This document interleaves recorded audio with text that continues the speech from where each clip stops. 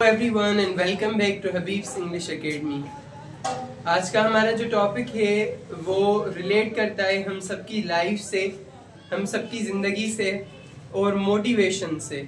आज हम डिस्कस करने वाले हैं एक ऐसे टॉपिक के बारे में जो आपकी सोच तब्दील कर देगा। आज हम डिस्कस करेंगे the first step is always the hardest.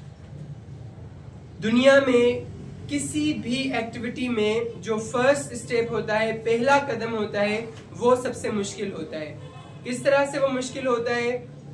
जब भी आप सोचते हैं कोई काम करने का, आपको लगता है कि ये मैं नहीं कर सकता, आई कांट डू दिस। आपको लगता है कि ये मुमकिन ही नहीं है, दिस इज इम्पॉसिबल। आपको लगता है कि ये हो ही नहीं सकता, it can not be possible.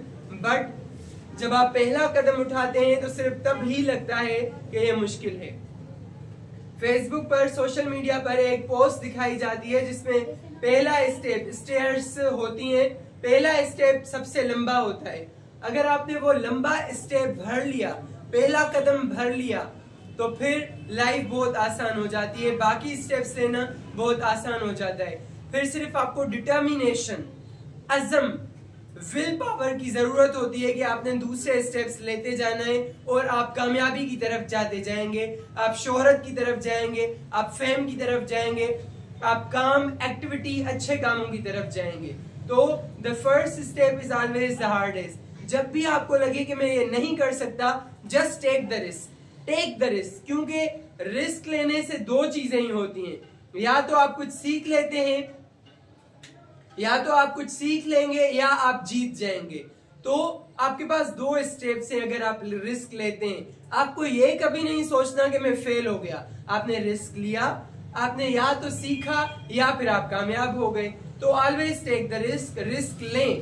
अगर आपको लगता है कि ये मैं नहीं कर सकता, जस्ट ट्राई इट। ट्राई करने में क्या होता है? अगर आपको कोई नुकसान हो रहा है तो उससे आप सीखेंगे, you will learn from it and next activities में फिर आप मुहतात रहेंगे।